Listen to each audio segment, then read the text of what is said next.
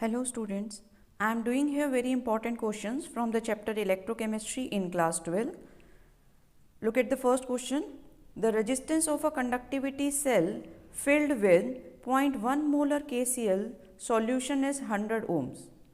If the resistance of the same cell when filled with 0.02 molar KCl solution is 520 ohms, calculate the conductivity and molar conductivity of 0.02 molar KCl solution. Conductivity of 0.1 molar KCl solution is 1.29 Siemens per meter. Students यहाँ पर आपको दो चीज़ें calculate करनी है, conductivity और molar conductivity. आपको इस क्वेश्चन में एक सेल गिवन है और उस सेल को आपने 0.1 मोलर KCl से फिल कर दिया. 0.1 मोलर KCl से फिल कर दिया तो उस सेल की आपके पास रेजिस्टेंस आ रही है 100 ohms. 0.1 molar KCl, the resistance is 100 ohms. अगर आप उसी सेल को फिर से फिल करते हैं 0.02 मोलर KCl से तो रेजिस्टेंस आ रही है 520 ohms. ओके, तो आपको कैलकुलेट करना है conductivity, the symbol is K kappa, and molar conductivity of 0.02 molar KCl. Conductivity और मोलर कंडक्टिविटी कैलकुलेट करिए 0.02 मोलर KCl की. The conductivity of 0.1 molar KCl is given to you 1.29. अब 0.1 मोलर KCl की आपको दो चीज़ें गिवन है, एक रेजिस्टेंस और एक उसकी conductivity. Look at the last line. Conductivity किसकी गिवन है? 0.1 मोलर KCl की, दैट इज 1.29 साइमन्स पर मीटर. तो आपको यहाँ पर कौन सा फॉर्मूला लगाना है? K into R is equal to L by A. I am using this formula 0.1 molar KCl क्योंकि हमें यहाँ पर उसकी कंडक्टिविटी भी गिवन है 1.29, रेजिस्टेंस भी गिवन है 100, तो हमारे पास सेल कांस्टेंट आ जाएगा, दैट इज 129. इसको यहाँ से हटाएंगे आप 100, ये कैंसिल हो गया, तो 129 metre inverse is L by A. L by A means cell constant. ये जो हमारे पास सेल है इसकी लेंथ और एरिया, ठीक है, लेंथ अपॉन एरिया वो तो फिक्स ही होगा. क्यों? क्योंकि आप सेकेंड टाइम भी उसी सेल को फिल कर रहे हैं. तो आप सेल कांस्टेंट निकाल लेंगे और उस सेल कांस्टेंट को 0.02 मोलर KCl की रेजिस्टेंस से डिवाइड करेंगे तो 0.02 मोलर KCl को आपका कंडक्टिविटी कैलकुलेट हो जाएगी. दोबारा से इसी फॉर्मूला को रख रहे हैं, K into R is equal to L by A. Now I am using this formula for 0.02 molar KCl. आपको यहाँ कंडक्टिविटी कैलकुलेट करनी है. सेल कांस्टेंट हमने ऑलरेडी निकाल लिया है, this L by A is called cell constant. तो cell constant हमने निकाल लिया, इसको सेकेंड वाली रेजिस्टेंस से डिवाइड करेंगे 0.02 मोलर KCl की, तो cell constant 129, the resistance is given to you that is 520. तो आप इसको इससे डिवाइड कर लेंगे, आपके पास आ जाएगा 0.2480 साइमन्स पर मीटर. 0.2480, इसको इससे डिवाइड कर लेंगे. ये आपके पास अपने क्वेश्चन का फर्स्ट पार्ट आ गया. कंडक्टिविटी आपने कैलकुलेट करी है 0.02 मोलर KCl की. अब आप इसी के लिए मोलर कंडक्टिविटी का फॉर्मूला लगाएंगे. Molar conductivity is equal to K into 1000 over molarity.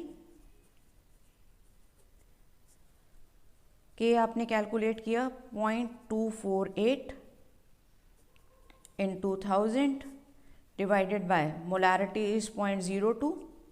तो स्टूडेंट्स यहाँ पर हम इसको डेसिमल को कैंसिल कर रहे हैं. ये आपने यहाँ पर लगाया 100, ये आपके पास इससे 30 यहाँ पर कैंसिल हो गए, एक इससे कैंसिल हो गया, ठीक है. ये आपके पास कितना आ गया? 124. So molar conductivity is 124 into 10 raised power 2 Siemens meter square per mole. That is molar conductivity of 0.02 molar KCl 124 into 10 raised power 2 Siemens meter square per mole. तो आपने पहले सेल कांस्टेंट निकाला, 0.1 मोलर KCl के दोनों data से multiply करके आपने cell constant निकाला. उस सेल कांस्टेंट को 0.02 मोलर KCl की रेजिस्टेंस से डिवाइड कर दिया. आपके पास 0.02 मोलर KCl का K आ गया और उस K से आपने मोलर कंडक्टिविटी कैलकुलेट कर ली. Now look at the second question here. The conductivity of 0.20 molar solution of KCl at 298 Kelvin is 0.0248 Siemens per centimeter. Calculate its molar conductivity. Students, this is a very important and easy numerical. Directly you have to calculate molar conductivity. You are provided here with the molarity, that is 0.20 molar.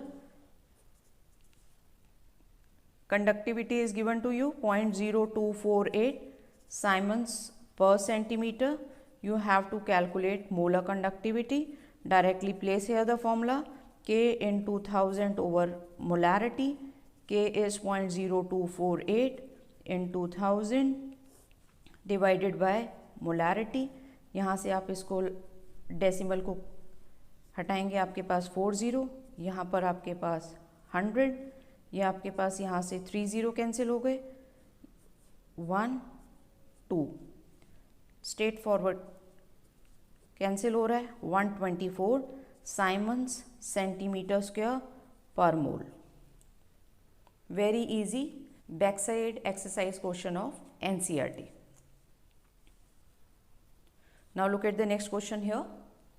The E naught of the cell reaction SN4 plus Cr give rise to SN2 plus Cr3 plus. The reaction is already balanced with the coefficient. The E naught of the cell is 0.89 volt. Calculate the delta G naught for the reaction. Okay students, delta G naught हमें calculate करना है. Formula क्या होता है delta G not calculate करने का? Delta G not is equal to minus NFE not. N is the number of electrons involved in the reaction. This is a very important point. Please concentrate. SN4 plus gain the 2 electron and it becomes SN2 plus. SN4 plus 2 electron gain करके SN2 plus बना रहा है और chromium 3 electron donate कर रहा है. SN4 plus gain the 2 electron and it becomes SN2 plus.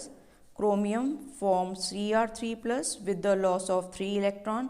So to balance the number of electron, first equation should be multiplied with 3 and the second one should be multiplied with 2. तो आपके पास जो electrons है वो हो गए 6. 3 2 6 2 3 6. Net equation add कर देंगे आप. 3 SN4 plus 2 Cr give rise to 3 SN2 plus 2 Cr3 plus. 4 plus से 2 plus, 4 plus से 2 plus SN चेंज कर रहा है तो कितने इलेक्ट्रॉन का ट्रांसफर हुआ? 2. क्रोमियम कितने इलेक्ट्रॉन का ट्रांसफर कर रहा है? 3. तो क्रॉस मल्टीप्लाई कर दो, N की वैल्यू हो गई आपके पास 6. तो delta G not is equal to -6. Faraday value is 96500. E naught of the cell is already given to you, that is 0.89. इन तीनों को आप मल्टीप्लाई करेंगे 6 into 96500 into 0.89, you will get -515310 joule per mole. -515310 joule per mole, that is the value of delta G naught. So it comes out to be negative. That's why the reaction is spontaneous.